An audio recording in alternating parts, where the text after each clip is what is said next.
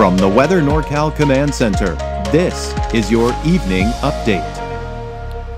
Your weekend weather update is made possible by Caltrans District 2.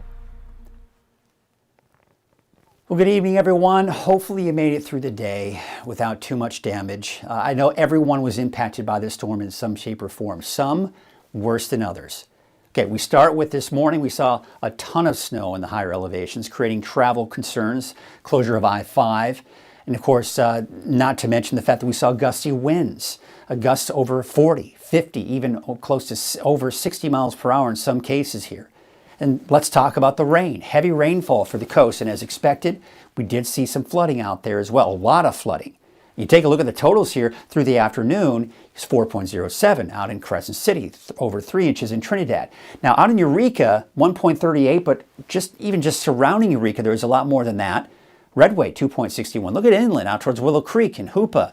I mean, tremendous amounts of rainfall there. There you can see out in Ruth, 3.43. Even in the valley, north end, 1.6 in Redding, less as you head southward.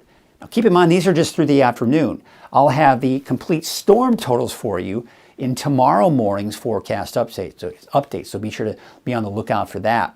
So quite an interesting day, but it looks like it's going to be a much quieter day for your Sunday.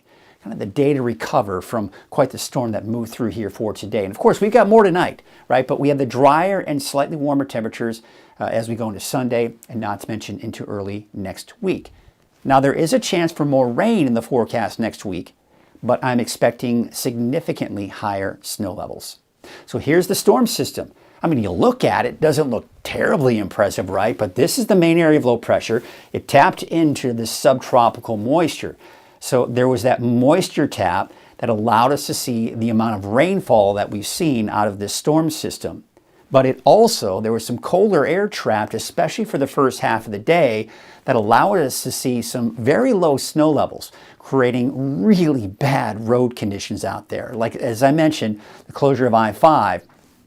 That is something I was actually kind of talking about here, even 24 hours before the storm, that the amount of snow that we're going to see certainly going to create some really bad road conditions out there. But this storm system, the main area of low pressure, you see, moves off to the east, and it's also going to continue to move down to the south and east, and we'll see drier conditions by the time we get ourselves into your Sunday. Here's a look at futurecast. Let's take you to about 10 o'clock tonight, and you can see just a few leftover showers here and there. So things really wrapping up tonight.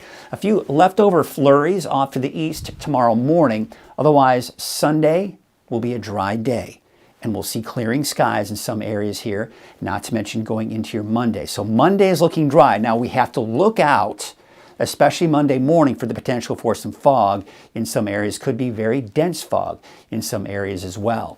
Now, let's take a look at those peak wind gusts. Now, Ship Mountain, that's up in, it's around Del Norte County, 63 mile an hour gusts there. So over some of those higher mountain ridges, we saw the highest gusts. But look at the Weed Airport.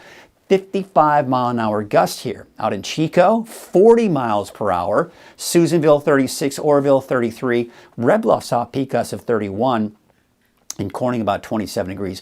The winds didn't quite materialize for the Redding area. There were more of those north winds here throughout the day. And of course, that was one of the contributing factors to some of that slushy snow that we got to see in parts of Redding as well. Now, the forecast wind speeds are continuing to be gusty winds here, especially in the eastern mountains here through tonight. But by tomorrow, yes, we'll be looking at much calmer winds across the board, with the exception of maybe around the Warner Mountains off into eastern Modoc County, and even out towards northeastern portions of Lassen County.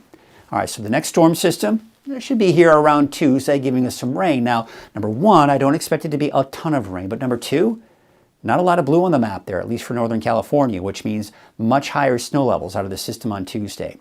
Wednesday, Thursday looking fairly dry for most of us.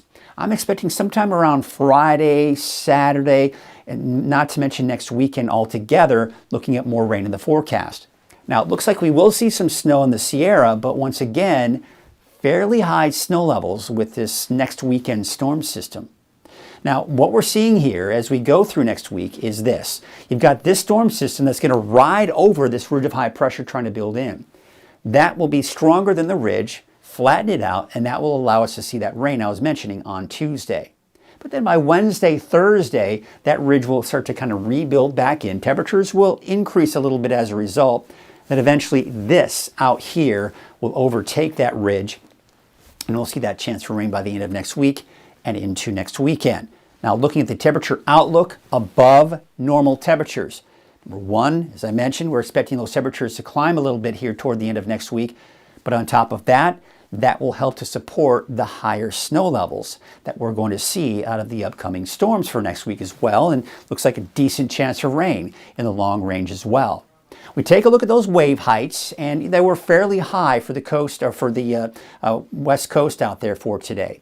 But by tomorrow, those wave heights are going to drop, and they'll drop even more as we take you on into your Monday.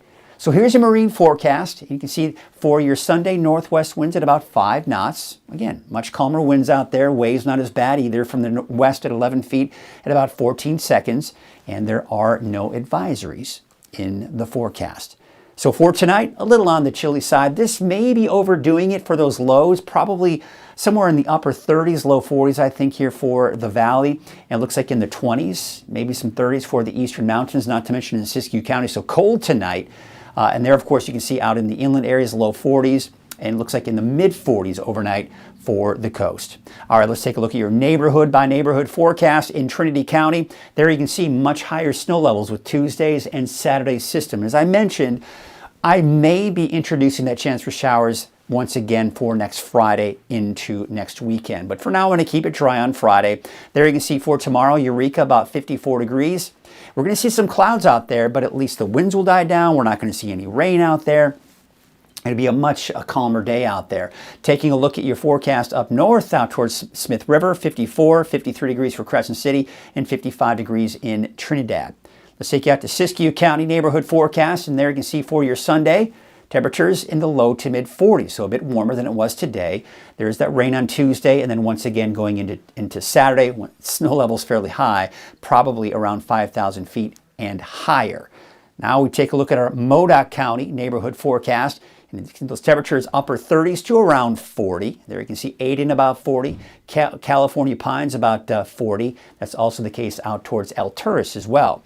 And for the Eastern Mountains neighborhood forecast, there you can see in Susanville, look at that, 6,000 feet for those snow levels on Tuesday, not to mention on Saturday. But temperatures tomorrow, it will be dry, minus some of those morning snow flurries, and temperatures in the low to mid 40s. In your Valley neighborhood forecast, brought to you by Haas Farms, temperatures in the mid 50s, a chance for showers Tuesday, and then once again more rain coming in for next weekend. Taking you up north, 50 for the city of Shasta Lake, 48 degrees for Whiskeytown, and 52 degrees in Cottonwood. So let's take a look at your 7-day outlook for Redding. And there you, of course, see the dry conditions for your Sunday, Martin Luther King Jr. Day. Chance for showers Tuesday. Mainly dry for Wednesday, Thursday, Friday, and more showers by Saturday.